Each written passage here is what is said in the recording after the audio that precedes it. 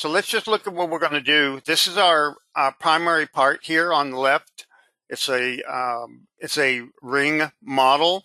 So this model is about 12 inches or 12 millimeters in diameter, about 18 millimeters in diameter, 12 inches wide.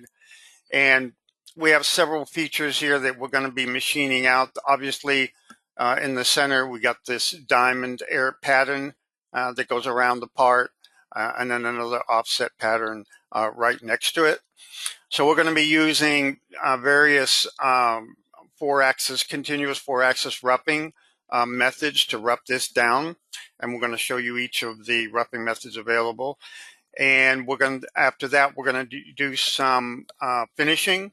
We're going to do finishing in levels, our level finishing, and then we're also going to show you how to rough this out in parallel finishing, because you can use parallel finishing. Even though it's a finishing operation, you can use it very well for roughing as well. So we're going to show you that.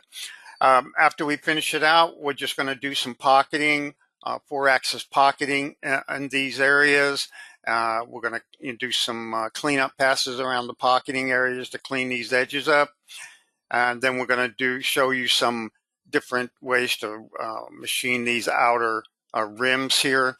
We're going to do, first we're going to do a facing operation, and then on the other side we'll show you how to do a profiling and clean this up just as well as the facing. So in this picture here, if you're unfamiliar with how four-axis works, the green arrow here is our fourth rotational axis. So it points along the the primary x-axis. So the x-axis is actually rotating on the machine bed, and the spindle with the cutter will be moving in X, Y, and Z. Okay.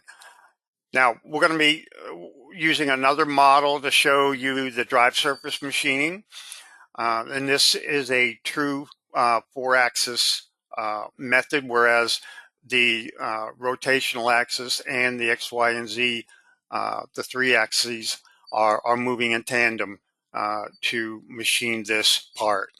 And you'll also notice that on this picture, the little green arrow here, the rotational axis again is along the x-axis. Okay, and you'll also notice, pay attention to the shape of this part, how it's not actually centered on the rotational axis.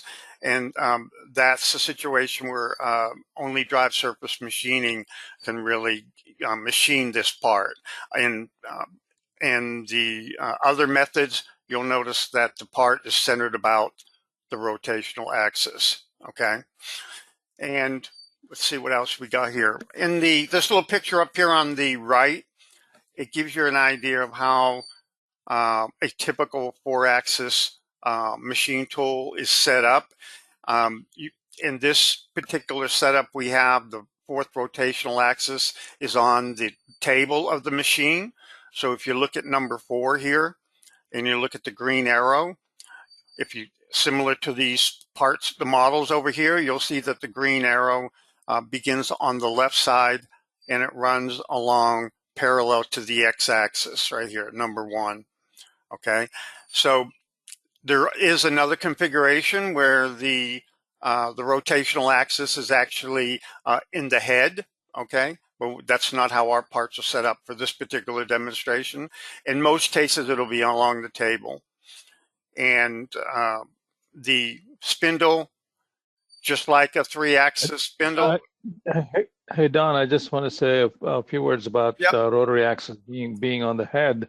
I mean, it might be obvious or might not be obvious why the rotary axis typically is on the table, because if you can imagine, if the rotary axis is on the head, it can't really reach a lot of places. Right? It can't go under the part.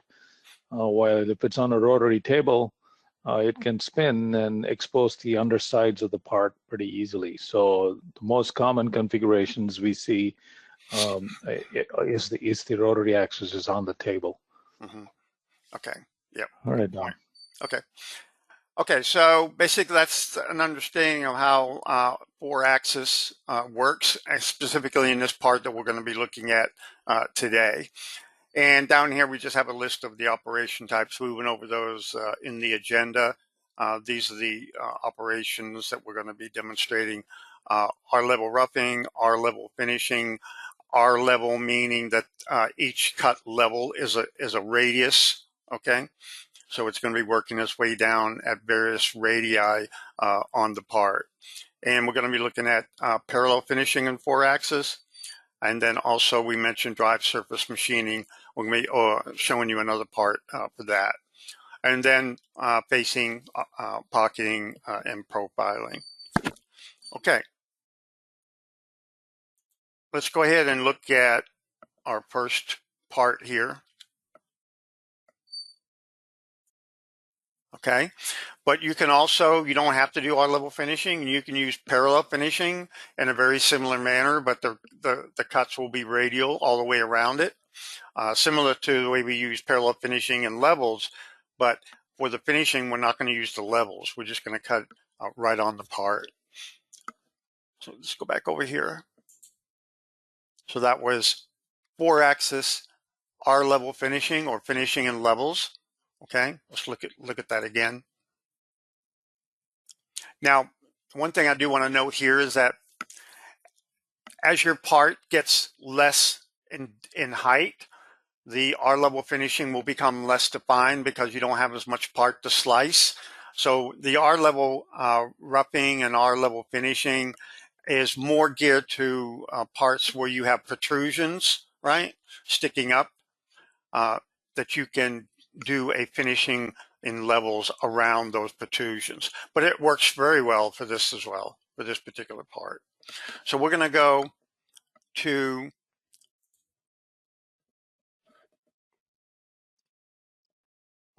to parallel finishing.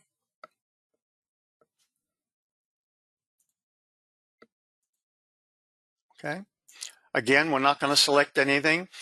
As a general comment, similar to 3-axis, if you don't need to select anything, don't, because it just overly constrains the operation. But in parallel finishing, you have this axial containment that you can control how wide it goes. So it's best just not to select anything and then use these containment parameters to move these planes where you actually want to finish. Okay, so let's go back over here. No control geometry. For the tool, we'll go ahead and use the 1-inch or the 1mm ball mill again. Let's go to the cut parameters. Similar to the R-level finishing or finishing in levels, we're constraining it to a width just wider than these diamond areas, because this is the only area that we really want to finish in the parallel finishing or in the R-level finishing. So we have the in tolerance and out tolerance set to 0.01. Finishing, obviously, you may want to tighten that up. We're doing a cross cut pattern, so it's running across, meaning radially around it versus going back and forth this way. And we have the axial cut containment, as I mentioned, set just wider than the diamond areas. And we have a step over of 10%. And similar to the R-level finishing, we don't want it to go all the way down. Okay, so we want it to just roll over these diamonds, but not go all the way down to this pocketing area. Okay, so we have a bottom set to 7.6, and we have a step down set to 1/4 of a millimeter. Let's generate that. So you see that we have a really nice, tight finishing operation. Now, one thing I don't like there is that the tool is riding this rail right here because our stock is set to 0. So we may want to just tighten that up just a little bit, and you can do that here. Move it over just a tad, maybe 1.75. Okay. So you'll see that it's just wider than that diamond. And let's do it over the other side too.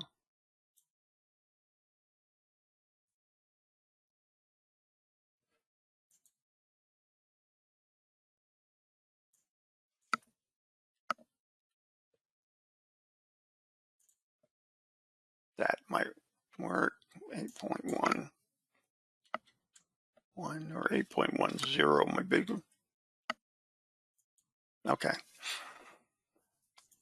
Again, as I mentioned, the step down. And let's just generate this. See if it, okay. We still have it riding a little bit, but you get the idea of how you can tweak that in to, move this first pass over, but we'll just leave it like that. Let's go ahead and simulate that. And we'll set the color. And let's move this. This is a finishing. So let's move this up above this finishing here. And let's play that.